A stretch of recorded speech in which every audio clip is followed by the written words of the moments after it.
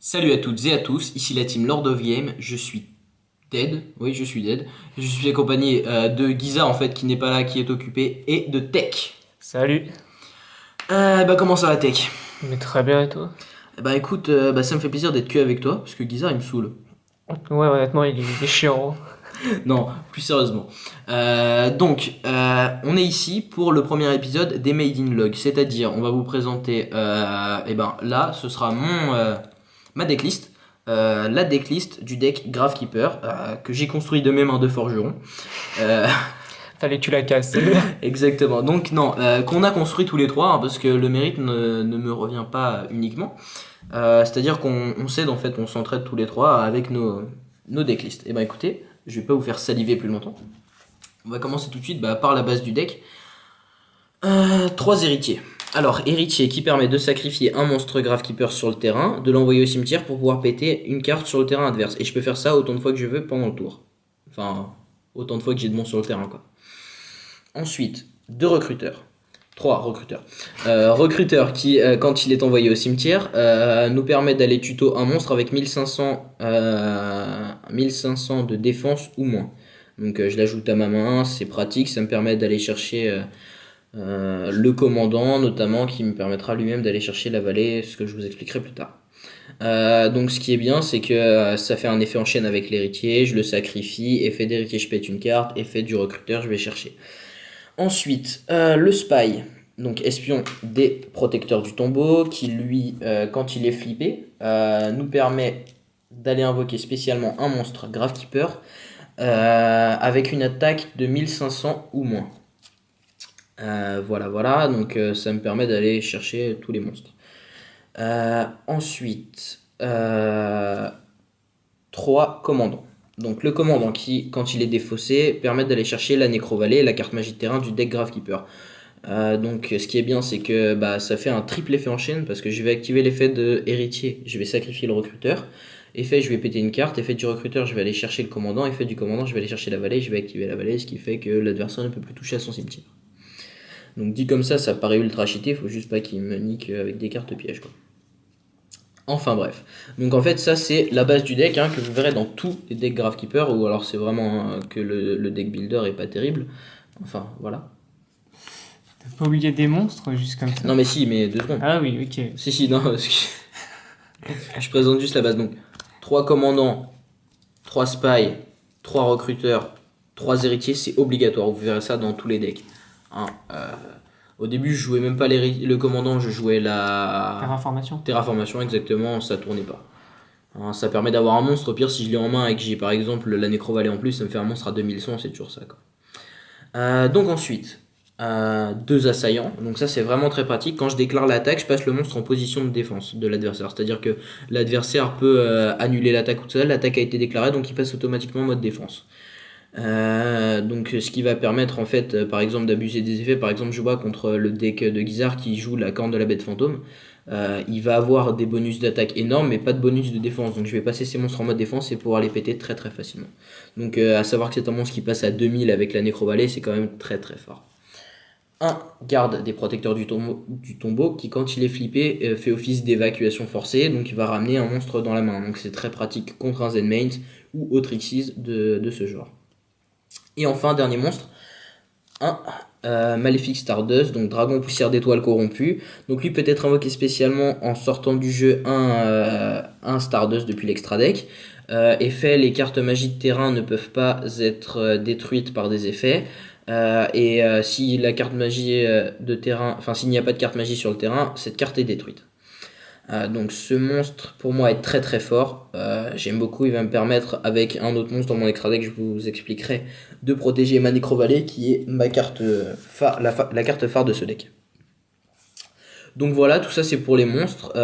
Donc si je dis pas de bêtises, je joue 16 monstres que je vais repasser. 1, 2, 4, 6, 7, 10, 13, 16, c'est ça.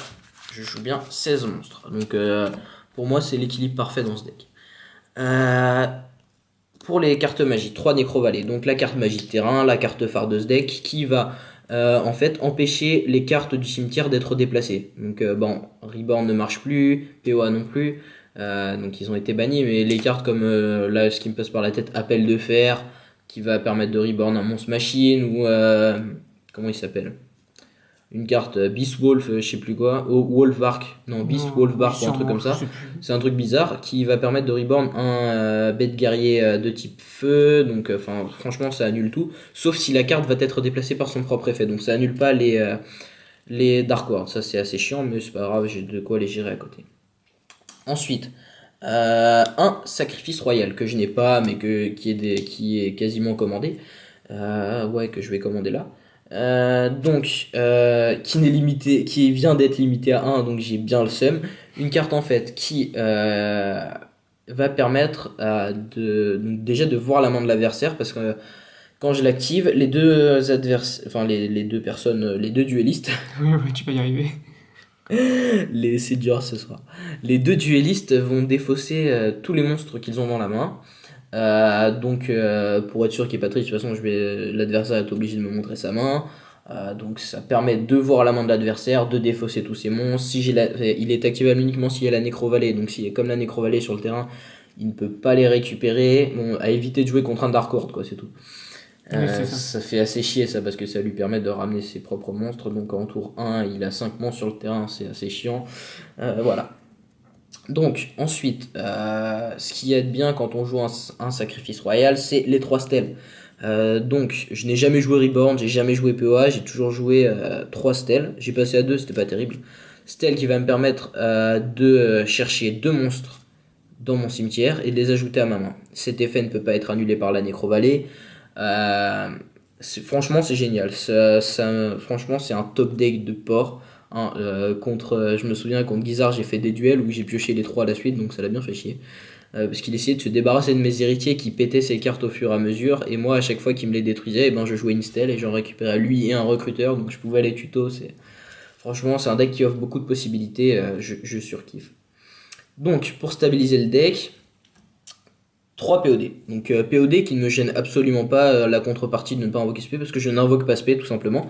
Parce qu'en général, le seul monstre, donc l'espion qui invoque SP, est tapé par l'adversaire. Il a 2005 d'attaque, de défense, donc il reste sur le terrain. En général, à moins qu'il est plus gros ou qu'il annule l'effet, etc. Donc à part si je me prends warning. Mais de toute façon, je ne le joue quasiment pas pendant mon tour, à moins que l'adversaire n'ait pas attaqué. Donc ça permet énormément de stabiliser le deck. En plus de ça, je vais jouer une invitation des ténèbres, donc il va me permettre de piocher 2 mais pour cela je dois bannir un monstre ténèbres. Donc je joue que des monstres ténèbres à part le commandant, donc c'est vraiment de la poisse si j'en ai pas, quoi. Oui, oui. Donc voilà. Ensuite, ce qui devient obligatoire après le bannissement du violent, c'est les 3 typhons. C'est vraiment, on est vraiment dans un méta où il y a absolument besoin des 3 typhons qui vont permettre vraiment de tout gérer, quoi. Et enfin, pour la dernière magie, un trou noir. Donc comme vous l'avez vu, j'ai 3 stèles, donc je m'en bats les couilles si mes monstres vont au cimetière. Voilà pour les magies. Ensuite, on va passer à ma trap lane. Donc, un avertissement divin. Carte que j'affectionne tout particulièrement. Si je pouvais la mettre en 3, je l'aurais fait.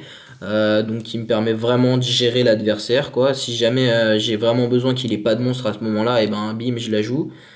Ensuite, une carte que je ne voulais pas jouer, mais que Guizard m'a convaincu de mettre, c'est la chaîne démoniaque. Et finalement, je trouve qu'il a raison. C'est une carte qui permet vraiment de gérer l'adversaire. Si jamais ça me permet de, d'annuler une attaque, par exemple. Donc elle est vraiment très polyvalente. D'annuler un effet. Si un effet ne me plaît pas, j'ai pas envie de perdre des cartes ou tout ça, je l'annule. Donc c'est vraiment une carte qui peut retourner des situations. Enfin, retourner des situations, on va dire, bloquer l'adversaire. Ouais, c'est ça. 2 forces de miroir, c'est vraiment, c'est quasi obligatoire pour moi, parce que si j'ai pas ma nécrovalée, j'ai pas de grosse force de frappe, à part si je fais Xyz, mais encore une fois, c'est pas le but de mon deck. Surtout si t'as pas l'héritier, quoi. Pour gérer les tons adverses, quoi. Surtout ça. Exactement, si j'ai pas l'héritier, en fait, je suis dans la merde. Et si j'ai l'héritier par exemple, si j'active l'effet de spy, mais que mon héritier va être pété, je suis bien content d'avoir la force, quoi. Donc voilà. Ensuite, une trappe sans fond. une évac. Je jouais deux trappes, pas d'évac, parce que j'avais au début deux gardes, donc j'ai viré un garde, j'ai mis une évac, parce que bah comme la trappe sans fond a été limitée, j'ai pas eu trop le choix. Et enfin, deux trap stun. Paralysateur de piège, pour ceux qui ne connaissent pas, paralyse les pièges. Voilà. Rechercher ça. Empêche les pièges d'être joués, que ce soit les vôtres ou ceux de votre adversaire.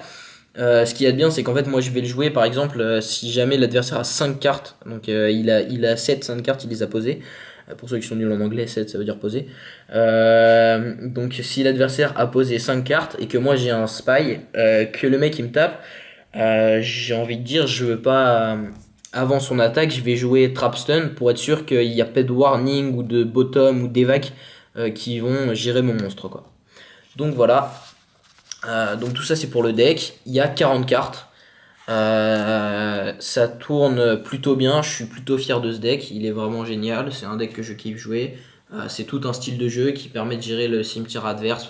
Franchement, c'est un deck que je conseille. Maintenant, si vous avez des questions à propos de la construction, de pourquoi cette carte dans le deck, n'hésitez pas à les poser. Je serai là pour vous y répondre. Si même vous avez des conseils à me donner, je suis preneur. On a combien de temps de vidéo? On a 11 minutes 25. Ok, c'est bon, on a encore le temps. Donc, on va passer à l'extra deck. Donc, dans l'extra deck, je vais jouer un numéro 32, requin draconien, pour la force de frappe. Je le sors très rarement, mais quand je le sors, eh ben, il fait très mal.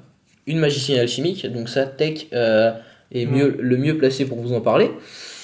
On va dire qu'une fois il me l'a monté à 5000 d'attaque, si je ne me trompe Oui, pas. donc en fait, il faisait le malin, il me disait qu'il allait sortir son Excalibur et qu'il allait monter à 4000 points d'attaque, et je lui ai démontré que ma magicienne pouvait être bien supérieure. C'est-à-dire qu'en fait, la magicienne va gagner 200 points d'attaque pour chaque carte magique que j'ai dans mon cimetière. Donc ma magicienne a atteint les 5000 points d'attaque, il était pas très content. J'étais mort, quoi. Je vais pas... Donc c'est très sympa. En plus, donc ça ne nécessite pas de détacher de matériel. Ce qu'il y a encore mieux, c'est que son effet permet encore d'alimenter son attaque parce que je vais détacher un matériel et à la end phase, je vais venir poser une carte magie de mon deck directement sur la zone de carte magie et piège. C'est-à-dire que je vais aller poser un typhon par exemple, je vais la jouer, je vais alimenter son attaque encore en plus et péter une carte à l'adversaire. C'est une grosse tuerie.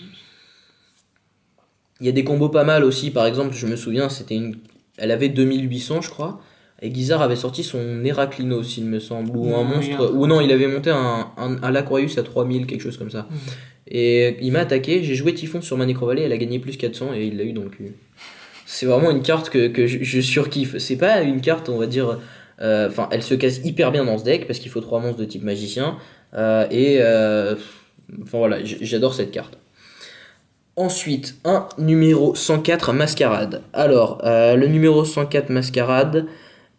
Permet d'annuler un effet durant la battle phase et en détachant un matériel d'Xyz, et une fois par tour je peux sans détacher le matériel envoyer la carte du dessus du deck de l'adversaire au cimetière. Bon, c'est une carte que pareil que j'aime bien son effet, je trouvais ça marrant, donc voilà, surtout qu'avec la Nécrovalée c'est super sympa. Pareil, c'est un proxy mais elle est quasi commandée, quoi. Un Thanatos Evil Swarm. Donc il faut 2 monstres ténèbres, une fois par tour. Si je détache un matériel, il n'est pas affecté par les autres effets de monstre, c'est un effet que je trouve sympa. Ensuite, un numéro 44, Pégase Céleste. Effet, je détache un matériel, je cible un monstre, il va être pété, il est pété, soit il est pété, soit l'adversaire paye 1000 et il n'est pas pété justement. 2 numéro 39, Utopie, une carte de base, je vous explique pas. Un numéro 66, Maître des Scarabées Clés. Alors lui, il est complètement cheaté. Il reste combien de temps? 1 minute. Ok, je me dépêche. Donc je cible la Nécrovalée, effet, il ne peut pas être détruit. Si la Nécrovalée ne peut pas être détruite par les effets, si lui il va être détruit, je peux détruire la Nécrovalée à la place. Un Maestroc, pas besoin d'expliquer. Un Résident des Abysses qui va permettre de gérer les effets dans le cimetière comme les Dark Ward. Un Cowboy Yagaya, un Papier Opératif Photon, un Lévière, un Zenmain et enfin le Stardust. Et ben écoutez, je vais te laisser conclure, Tech. Écoutez, on vous remercie tout d'abord d'avoir regardé la vidéo jusqu'au bout. Hein. Et puis, on se retrouve pour de nouvelles vidéos. Et surtout, d'ici là, portez-vous bien. Allez, à plus.